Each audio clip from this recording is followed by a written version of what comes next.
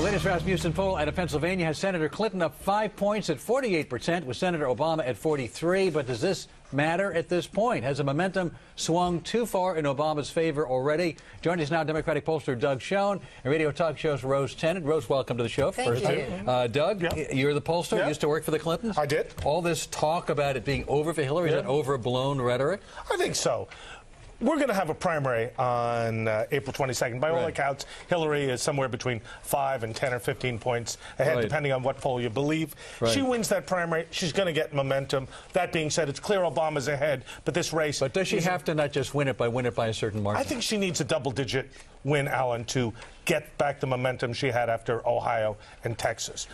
But it's not out of the question. It's just this race has many tosses and turns in it, probably more in it. I don't think it's fair to say it's over. And all these people knocking Obama, maybe they want Hillary to be president. I don't know. But Rose, I mean, look, we still have a race going on. Maybe Democrats didn't want it that way. It would be nice to have already had a nominee, as the Republicans do, but it's not happening. You're exactly right. But you know what? I hope that Doug is right. I hope that Hillary takes Pennsylvania personally. I'm rooting for her to win Pennsylvania and to stay in the race. because you want the Democrats to be at each other's throats. Is that right? I love it. I'm having so much fun. But aside from that, let me give you an example of what's going on right now. There's an ad in Pennsylvania that is paid for by Hillary PAC.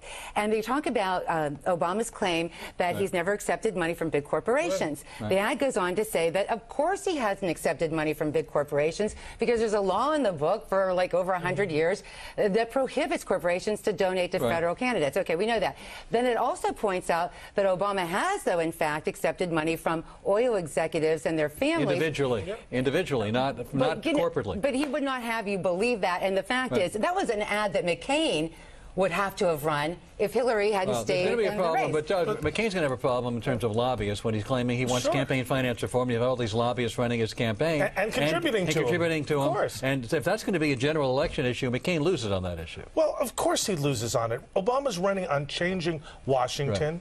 And if he's the nominee, he certainly will have a claim on that. And Sean, you understand that John McCain has an albatross around his neck called George Bush. Oh, stop it. You know it. This is Howard Dean spin. No, it isn't Howard Dean. I'm a centrist Democrat. 30% approval. You know. You have the number one liberal. It is good luck. Look, Barack Obama's going to get this nomination, the number one liberal in the United States Senate. That means more liberal than Ted Kennedy. George Bush has failed. No, we are less secure. Stop. You know more that. Secure. Let me ask Rose, because, and by the way, Quinn and Rose, the number one morning show on WPGB in Pittsburgh. Pittsburgh and on XM 158. All right.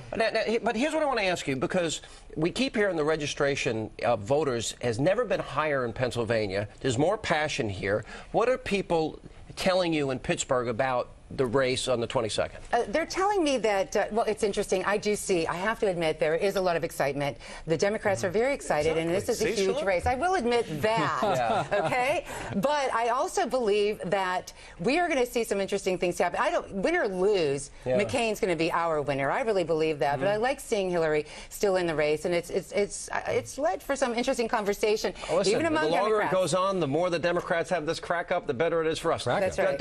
Well, that's exactly what it is. A crack up. They're killing each other. It's a campaign. It's a campaign. That's what America's about. Senator McCain, it's good. Senator McCain was on my radio show today, and we went through the differences, what this campaign is going to ultimately be about. Staying on offense in the war on terror, free market solutions versus nationalizing health care. The Democrats want to raise taxes. They're open borders. And I'm thinking, this is great, because if America has a choice with two extreme liberals and, quote, a moderate Republican, there's no way that the Democrats can win this race. States like Pennsylvania will go for Senator McCain. There's my prediction. I agree with you. First, the race, as you know, in Pennsylvania, is basically a dead heat. George Bush has about a 28%. It's a dead heat in New York. Can I finish, Sean? I'm sorry, I love Give you. me Go a ahead. break. I love you. Go ahead. Moreover, Barack Obama is running as a unifier.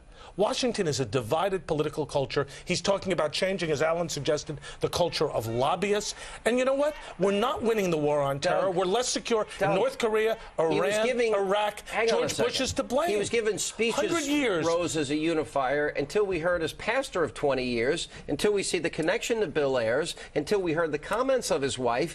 Those are now serious questions he's not had to answer. I don't think he has that that image that he once had. I don't think he does either, and I think that's why it's good that Hillary's in the race and she's in there strong, because we're hearing a lot of this right now in Pennsylvania. We're getting a lot of that information out there. People are finally becoming aware of his pastor, for example. There are a lot of people that had no idea that his pastor had been saying the things that he had been saying over 20 years. He's disavowed the pastor. Yeah. Oh, 20 years. He didn't disavow the pastor. Do you believe? No, he hasn't. He didn't disavow the pastor. He did not.